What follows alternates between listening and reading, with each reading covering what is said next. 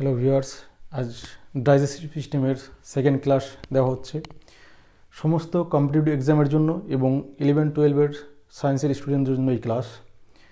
তোমরা ক্লাসটি পেতে চ্যানেলটিকে সাবস্ক্রাইব করে রেখো এবং নোটিফিকেশন বেল অন করে রেখো।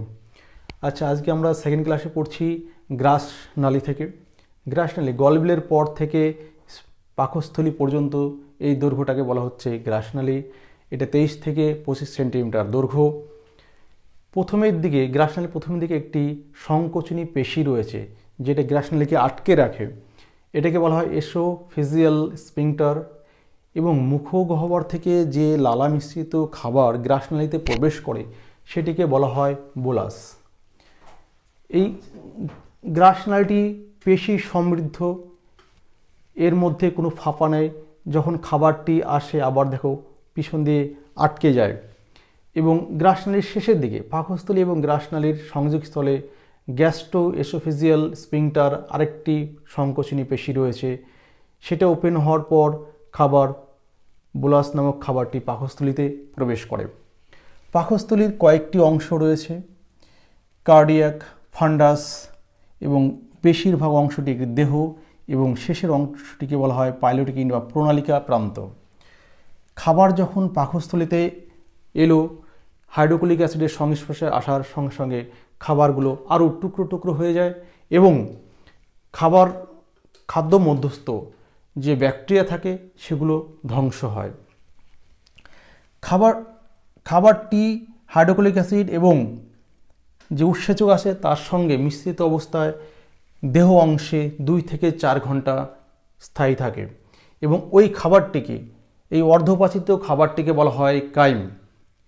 এবার আমরা পাকস্থলীর শেষ প্রান্তে ডিওডেনাম অংশে, পাকস্থলী এবং ডিওডেনাম অংশে যে একটি স্ফিংক্টার রয়েছে বা সংকোচনী পেশি রয়েছে তার নাম হচ্ছে পাইলোরিক স্ফিংক্টার। এটি পাকস্থলী থেকে সহজেই খাবার ডিওডেনামে যেতে বাধা দেয়। পাকস্থলীর যে প্রাচীর রয়েছে, প্রাচীর 4টি স্তর দিয়ে গঠিত। স্তরগুলি ভিতরের দিক থেকে মিউকোসা, সাবমিউকোসা, মাসেল লেয়ার মানে পেশি সমৃদ্ধ একটি লেয়ার এবং সেরোসা বা অ্যাডভেন্টিসিয়া, এই 4টি স্তর নিয়ে পাকস্থলীর প্রাচীর গঠিত।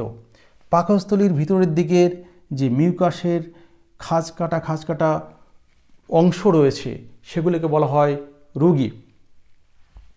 এইবার দেখো, এই পাকস্থলীর মধ্যে কিছু গ্রন্থি রয়েছে যেগুলো আমাদের খুবই ইম্পর্টেন্ট। তাহলে পাকস্থলীর মিউকাস স্তরে ছড়িয়ে ছিটিয়ে রয়েছে বিভিন্ন গ্রন্থি। সেগুলো কি? কার্ডিয়াক গ্রন্থি, কার্ডিয়াক প্রান্তে রয়েছে কার্ডিয়াক গ্রন্থি।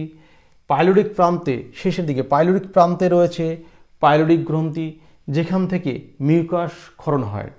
এবং প্রধানত যে খুবই গুরুত্বপূর্ণ অংশ হচ্ছে পাচক গ্রন্থি বা গ্যাস্ট্রিক গ্ল্যান্ড। এখান থেকে আমাদের পাচক রস এবং হাইড্রোক্লোরিক অ্যাসিড ক্ষরিত হয়। তাহলে পাচক গ্রন্থি বা গ্যাস্ট্রিক গ্ল্যান্ডগুলি কি কি? পেপটিক কোষ, প্যারাইটাল কোষ, আর্জেন্টাফিন কোষ।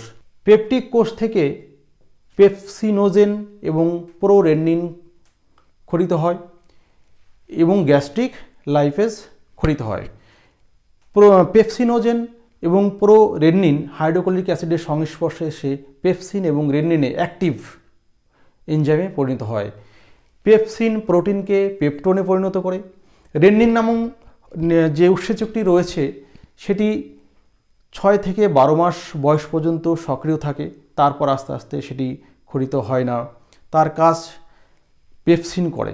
কারণ নিউবর্ন বেবিতে বাচ্চা অবস্থায় যে তারা শুধু দুগ্ধ জাতীয় খাবার খায়, সেই খাবারের যে পরিপাক রেনিন নামক উৎসেচকটি করে। রেনিন দুগ্ধ প্রোটিন কেসিনকে প্যারাকেসিনে পরিণত করে, অর্থাৎ দুধকে দইয়ে পরিণত করে পরিপাক করে। তাই পরবর্তী যখন সে শক্ত খাবার, প্রোটিন জাতীয় খাবার খায় তখন আর রেনিনের প্রয়োজন হয় না, সেই কাজটি পেপসিন করে। পেপসিন প্রোটিনকে পেপটোনে পরিণত করে এবং গ্যাস্ট্রিক লাইপেজ ফ্যাটকে ফ্যাটি অ্যাসিড এবং গ্লিসারলে পরিণত করে। প্যারাইটাল কোষ থেকে হাইড্রোক্লোরিক অ্যাসিড ক্ষরিত হয়।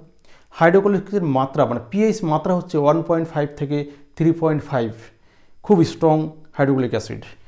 হাইড্রোক্লোরিক অ্যাসিডের কাজ হচ্ছে উৎসেচকের সক্রিয় করা এবং ব্যাকটেরিয়াকে ধ্বংস করা। এবং আরজানটাফিন কোষ হচ্ছে, এখান থেকে দুটি লোকাল হরমোন খরিত হয়, সেরোটোনিন এবং গ্যাস্ট্রিন।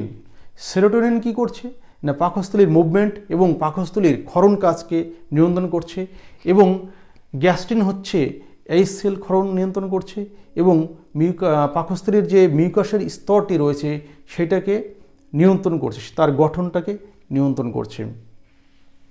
এছাড়া কিছু কোশ্চেন রয়েছে যে পাকস্থলীর মধ্যে হাইড্রোক্লোরিক অ্যাসিড রয়েছে অথচ পাকস্থলী প্রাচীর কেন ক্ষতিগ্রস্ত হচ্ছে না?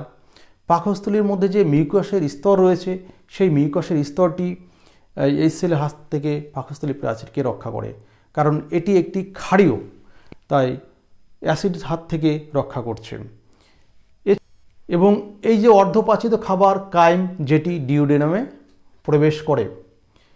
এছাড়া পাকস্থলীতে 2 থেকে 3 দিন অন্তর বা 36 ঘন্টা অন্তর এই যে মিউকাসের স্তর রয়েছে এটি পরিবর্তিত হয় বা সংগঠিত হয়।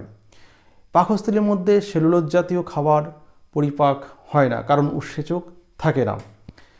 এবং তোমরা যে আমাদের পিডিএফ থাকবে, এই পিডিএফে আরও অনেক কোশ্চেন, এক্সট্রা কোশ্চেন পেয়ে যাবে।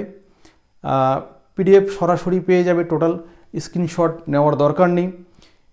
Thank you for watching this video.